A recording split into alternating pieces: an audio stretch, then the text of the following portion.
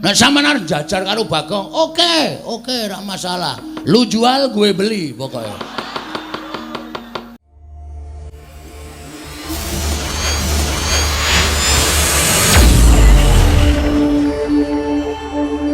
Indah lara temon didhawuhke oleh Lesmana Mandrakumara.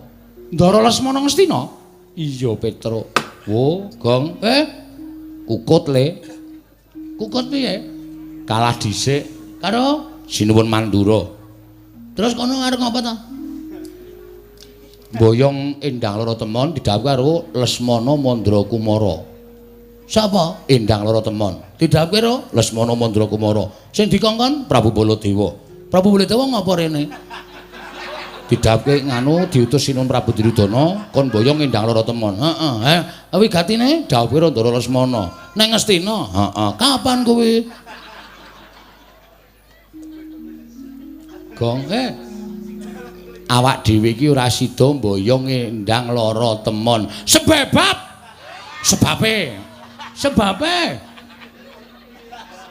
Sebabe sing rawuh Sinuwun Prabu Mandura arep mboyong Endang Lara Temon dawuh karo Lesmana Mandrakumara. Terus ha iki awak dhewe kalah, wong kalah dhisik. Kowe ora wani matur.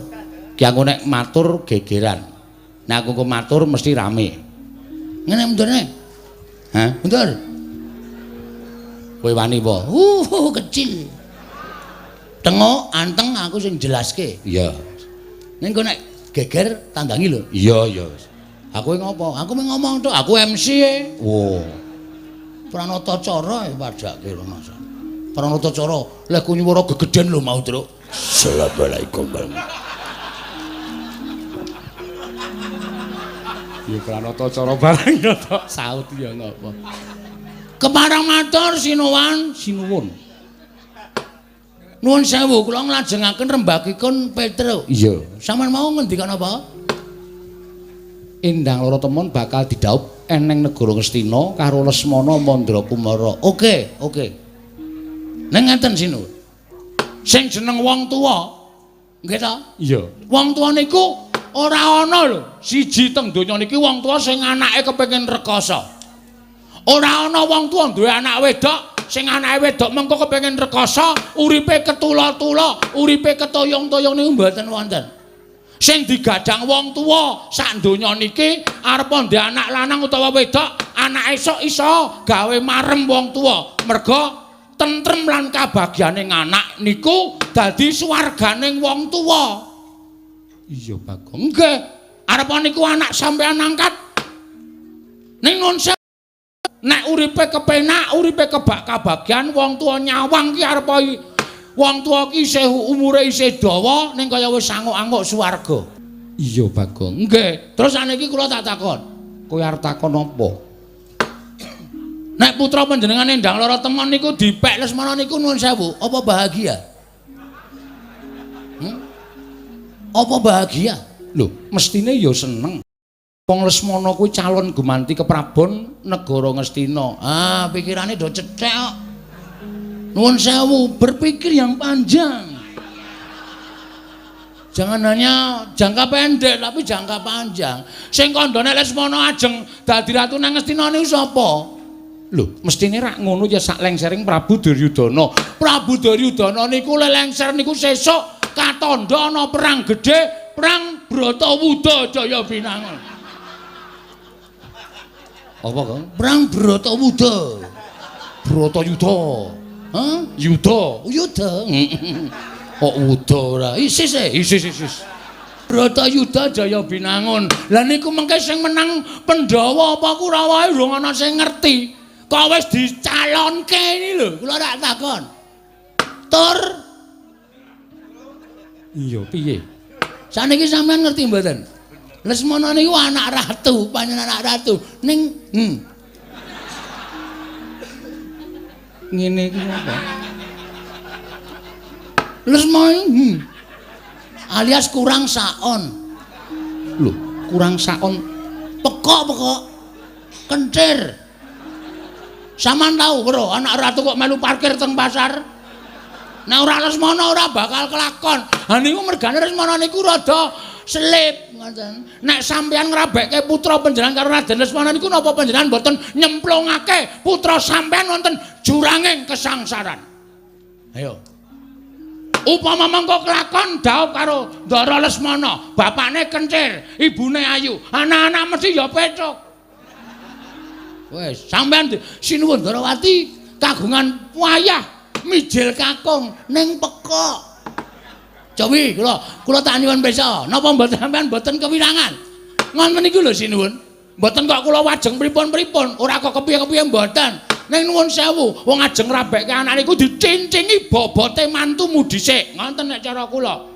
Piye le labuh tumrap masyarakat, labuh tumrap kulawarga, srawunge piye? Lho, nek senet niku pendak minggu ora ana kerja bakti wae ngangkati watu dhewe. Niku adi kula mergo tresna karo Karang Pradesan, tresna karo desane, rumangsane nek dheke urip iki enten Karang Kadempel, arepa dudu bumi wutah getihe, ning tresna karo Kadempel. Ngaten. Dadi soalé iki dodokane engko sik. Ah ngopo? Angger dak-dak kudu arep omong wae aku. Ya. Niku kula aturi menggale ora sak penake dhewe. Ngoten. Arepa Bambang Senet niku mung anake Semar. Ning nek tresna padha tresna, keplok tangan loro. Ngoten. Niku bakale mulya uripe merga ukurane mulya karo ora kuwi tumrap kula wong urip ing alam padang mboten kok kegurugan brana picis duweni derajat pangkat sing dhuwur. Mboten. Niku kanikmataning lair tumrap kula. Ning kanikmataning batin niku angel digayuh. Kala mangsa loro-lorone niku mar misah. Iso gayuh kanikmataning lair ning ora iso kedunungan kanikmataning batin. Ning semono uga iso ngrasake kanikmataning batin, kanikmataning lair mesti melu kepenak. Niku lho dipenggalih. Ya, Tru? Gong. Ana Ndara Baladewa kowe ora sadar ya. Kowe muni ngono kuwi ana Ndara Baladewa. Kowe kok ora omong mau-mau ta, Tru? Wis kebaca ta iki. Aku iki tengok nang kene kok ora weruh ngono lho. Omonganmu kuwi marai panas wong. Ha iki sing diutus saka negara Ngastina malah Lesmana rada petuk, Lesmana rada kentir. Iki nek nganti nesu tanggung jawab. Berapa kali aku iki kepergok Baladewa nyatane ora wani tenanan karo aku. Wis karepmu lah ora usah melu-melu tanggunge, ora usah cerewet kowe. Iya. Ngoten, mang penggalih. Ajeng diparingke sinuwun Mandura sing minangka utusaning sinuwun Prabu Duryudana dhawuhe kali Endang Lara Temon kali Lesmana nggih monggo terserah niku panjenengan. Kula ora arep ngregon-ngregoni. Nek sampeyan tresna kali Bapak Semar, sampeyan ngakoni tau labuh dilabuhi karo Semar, berarti sampeyan isin duwe rasa males kabecikane Bapak Semar. Nek sampeyan ora iso maringake Ndalatrema dhateng Bapak Semar, didhawuh karo Endang Senek anu Bambang Senet. Niku ateges sampeyan nuwun sewu lho, kula mboten ngarani. Ning jebul kula iso ngarani ra ketang mintak batin, Nalendra Ndarawati niku mboten iso ngakoni kabecikane wong liya. Niku parah. Niku fatal tumrap kula.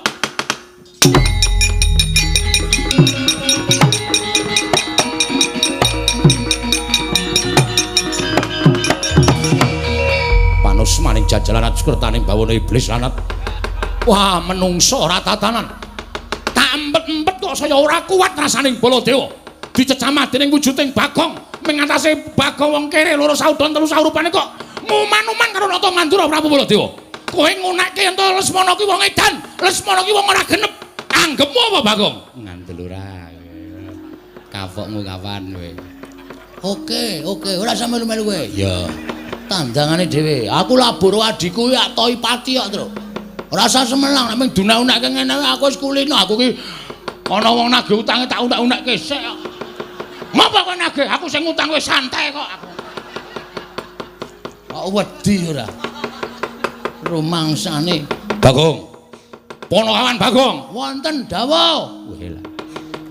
Aku tak ning jaba ya. Ning jaba ana, minggat sisan kono. Ora wedi aku nek mung ijen kok ya. Tinggal tenan kowe, tinggalen. Rumangsane ditisik nggawa aku kok. Oh iya to. Ana do mulih sik kono. Dumeh do nggo kendaraan dhewe-dhewe mulih sik kono.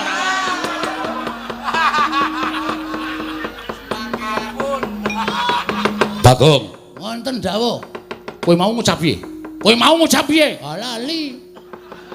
Wis mau kok ora tak pikir nek mau. Kowe ngunekke Lesmana apa?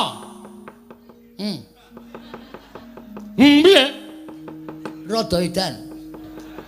Lesmana ki sapa? Anake Duryudana. Lho, jangkar. Ala ora ana wonge kok kowe iki ngapa ta? Nek ana piyayine ngono iki aku nganggo sinuan. Nek ana piyayine aku nganggo Raden. Ha wong ora ana dijangkare kok. Wong kono ya ora krasa kok geger. Kowe ngino karo putra Ngastina. Pancen kepara nyata. Gadiwa Bathara. Kresnane nganti kebrebeken kae. Kowe ngino karo Nata Mandra Prabu Baladewa. Kowe ngiyas karo utusaning wong Astina. Pancen tak sengaja kowe arep ngopo? Mergo nek ora tak kaya ngenekke iki, yakin Sinuwun Prabu Ndarawati mesti wedi karo Prabu Baladewa. Terus endang lara temon diparingi karo sampean. Niki pancen tak jarak. Niki wis dadi sistematis kula. Niki wis tak gonta-gonta saka omah. Nek kira-kira ana sing barengi rembug, wah mungsuhe Bagong.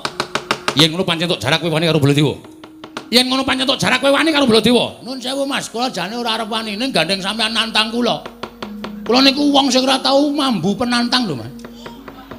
Nek sampean arep jajar karo Bagong, oke, ora masalah. Lu jual gue beli pokoknya. Tur kula tak takon karo sampean, saniki tak takon. Kula sing ngomong niku nyata apa ora? Bab apa? Lho Lesmana.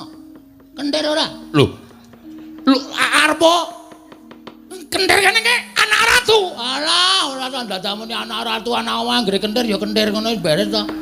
Wong nyatane ya kentir kok sampean geger. Tur sampean niku mbok kudune metong diutus karo Prabu Duryudana kon nglamarke Lesmana. Lesmana niku wong sebel sial, ora tau entuk kanugrahan, ora entuk kamulyan. Nglamar sapa-sapa gagal. Nglamar Ndara Pergiwati, Pergiwa gagal. Nglamar Ndara Wrantawati, nglamar Ndara Siti Sendari gagal. Lesmana niku nyenengi bakul mie ayam ora sida. Wis kebaca dijiwiti bokonge barang. Cetot. Mulane kok esuk tuku mie ayam, awan tuku mie ayam, bengung sore tuku mie ayam, wah seneng karo bakule. Bareng ngono terus emoh bakule terus jingkat-jingkat.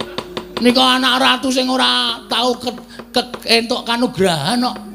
Dadak sampean kok dadak gelem kok nglamarke. Ayo kewirangan. Jelas kewirangan sampean. Nadan aku kewirangan nang aku duwe kewajiban kudu sambaya ngendang lara temon.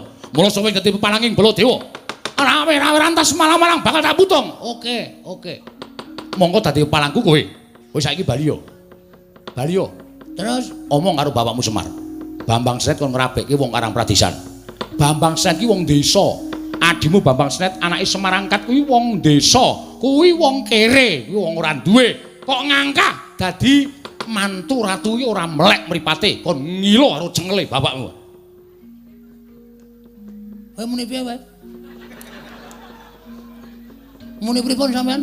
Bapakmu kan ngilo cengele.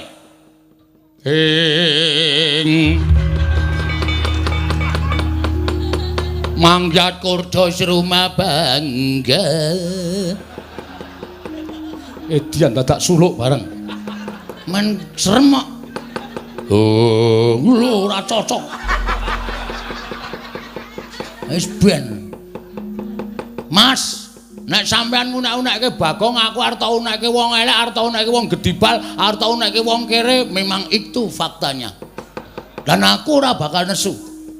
Nek sampean ngunekke bapakmu kan ngilo karo cengelmu kuwi. Bapake wong tuwa lho. Kowe ora sak penake ngunek-unekke bapak. Aku anggere bapak dunek-unekke iki rasaku ora trima tenan. Kok dadi kowe iso ngunekke bapak kon ngilo karo cengele? Mbok kowe iki sadar, Bol. Lho. Bol sapa? Jenengmu Baladewa arep dundang sapa nek ora Bol? Jijiki. Koko Prabu sampun mangke malah mindak mboten kajen. Menawa ora lega rasane iki ora ngusap karo Bagong iki. Menungso ora tatanan. Kowe sadar diri kowe. Kowe kudune iki sadar. Kowe mbiyen saka ngendi? Kowe mbiyen tak omongi critane ya Mas Baladewa. Kowe mbiyen nek ora dikukup ning Widara Kandang, ora didelik karo bapakmu sing jeneng Basudewa, kowe wis mati dipateni karo Kangsa. Kuwi anake tiri Basudewa. Kuwi wong Digdaya. Ning merga kowe dititipke ning Widara Kandang, kowe mbiyen dadi wong tani, Bol. Kowe iki ya nggawa kebo, nggawa sapi, kowe iki ngluku ning sawah, kowe iki tandur ning sawah, awakmu gupak lendut Jawan. Bareng saiki kowe dadi ratu kok glelengmu ora jamak. Kowe kelingan ora? Jaman aku tok kon dadi tim sukses.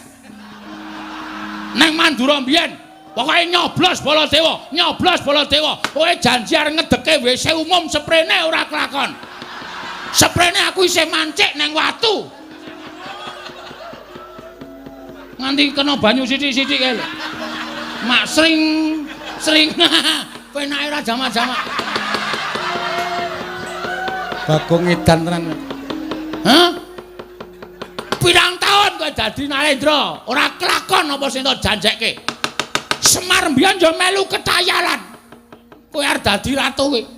Lah kok saiki kowe bareng dadi ratu ana wong cilik, ana wong kere kaya ngene tau neke. Tau neke wong kere, wong gedibal. Sadar diri, Mas. Derajat pangkat ki ora tekan modar. Bondo donya ora tekan modar. Kowe karo aku ki ning ngarepe sing ngakarya jagat ki padha derajate. Hah? Muni apa? Ayo gage. Kowe ndang muni arep muni apa? Wes sing ngene, rasaku ki gunung tanpa guna. Aku wegah rembugan karo menungso dapure kaya kowe. Aku ya wegah rembugan menungso dapure kaya aku. Kaya kowe. Wah, iku walek ya. Tak gawe sayembara. Oke, siap. Acah kendel sepeleke. Aku ora sapa-sapa ra wedi kok. Areng apa kowe? Sapa sing cilik gedene iso kuwi kadetening Baladewa? Wenang boyo ngendang lara temon. Maksude? Sapa sing cilik gedene iso ngungkuli kadetening Baladewa? Wenang boyo ngendang lara temon. Ayo, sempalan pundhaking kiwa tengen Baladewa. Asorna Baladewa yen perlu bandanen tangane, kerincungan sikile. Ayo! Boyongan nendara teman, oke, metu Jawa, ora ketitawa kere perkarek pati-pati.